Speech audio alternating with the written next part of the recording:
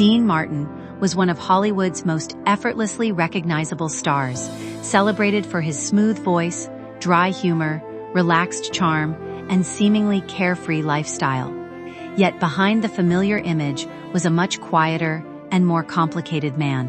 His friendship with actress Angie Dickinson, which began while making Rio Bravo, offered a glimpse of the person beyond the spotlight. Dickinson remembered him as kind, courteous, naturally funny, and deeply respectful toward others.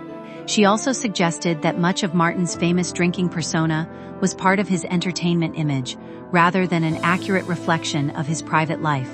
His remarkable career, family experiences, personal tragedies, and declining health reveal a life far more complex than the legendary public image suggested.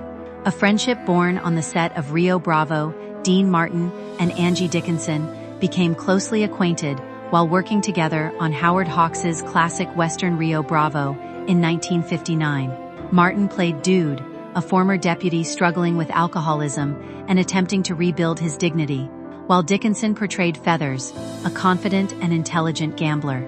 Their performances became an important part of the film's enduring reputation. For Martin, the role was especially significant because he had recently separated professionally from Jerry Lewis, leaving many people uncertain about whether he could establish himself independently. His performance demonstrated that he was capable of much more than comedy and music. Dickinson had actually encountered Martin before the film through Hollywood social circles, but their time together on set allowed them to develop a genuine friendship. She later recalled him warmly, emphasizing his humor, courtesy, and relaxed personality, the man behind the famous persona. Over the years, Dean Martin became strongly associated with an image of effortless coolness. He often appeared with a drink in his hand, spoke with casual confidence, and seemed almost permanently amused by everything around him. This persona became so convincing that many audiences assumed it represented his everyday personality. According to Dickinson and people close to Martin, however, the reality was considerably different. Martin was described as calm, private, polite, and much more reserved away from the stage. His famous glass was frequently part of the act, and accounts from his family suggested that it could contain apple juice rather than alcohol. The contrast between the public character and private individual became one of the most fascinating aspects of his career. Martin understood what audiences expected from him and transformed those expectations into an enduring entertainment persona. From solo performer to Hollywood icon. After separating from Jerry Lewis, Martin successfully reinvented himself as a solo entertainer. His work in Rio Bravo helped establish him as a serious actor, while his music and television appearances expanded his popularity even further. He became one of the most recognizable entertainers in America, moving comfortably between film, music, comedy, and television. Martin also became a central member of the Rat Pack, alongside Frank Sinatra, Sammy Davis Jr., Peter Lawford, and Joey Bishop. Their performances in Las Vegas became legendary for their combination of music, humor, spontaneity, and camaraderie.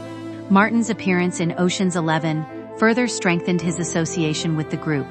He later found another successful role in the Matt Helm spy comedies, where his combination of sophistication, humor, and relaxed confidence perfectly suited the character. His career showed remarkable versatility. The Dean Martin Show and The King of Cool Television gave Dean Martin another major platform to develop his distinctive persona. The Dean Martin Show, which premiered in the mid-1960s, became one of the most successful entertainment programs of its era. Martin's appeal came partly from how little effort he appeared to make. He could deliver a joke, sing a song, or interact with guests while maintaining an almost deliberately casual attitude. His relaxed behavior helped create the image that he was always slightly intoxicated, reinforcing the character audiences already associated with him. Yet that appearance was largely an element of his performance style. The character became so convincing that it eventually overshadowed the quieter personality remembered by friends and family. The nickname King of Cool captured his ability to appear completely comfortable under pressure, making his success seem natural even though it was supported by decades of professional discipline. Family, marriages, and a private life away from Hollywood, Martin's life revolved heavily around family. He married Betty MacDonald in the early years of his career, and they had 4 children. His second marriage, to Jean Bieger, lasted for more than 2 decades and produced 3 children.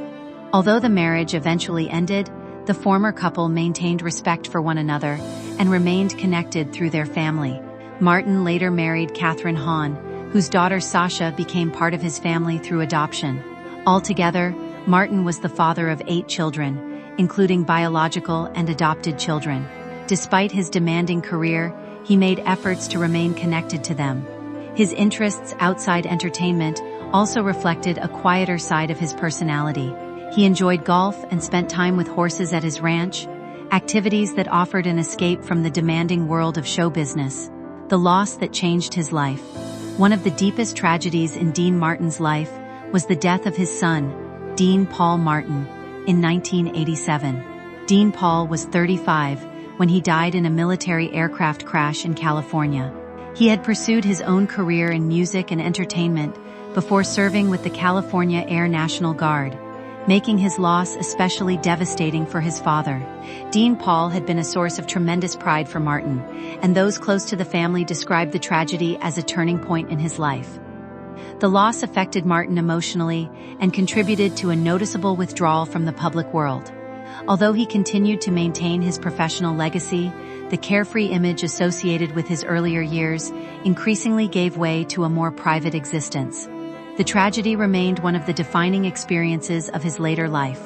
Declining health and withdrawal from the spotlight. As Martin grew older, years of smoking contributed to serious respiratory problems, including emphysema. His health gradually weakened, making the demanding schedule that had once defined his career increasingly difficult. In the early 1990s, he was diagnosed with lung cancer after medical examinations in Los Angeles. Doctors recommended surgery, but Martin chose not to undergo the procedure, and his family respected his decision. Following that period, his public appearances became increasingly rare.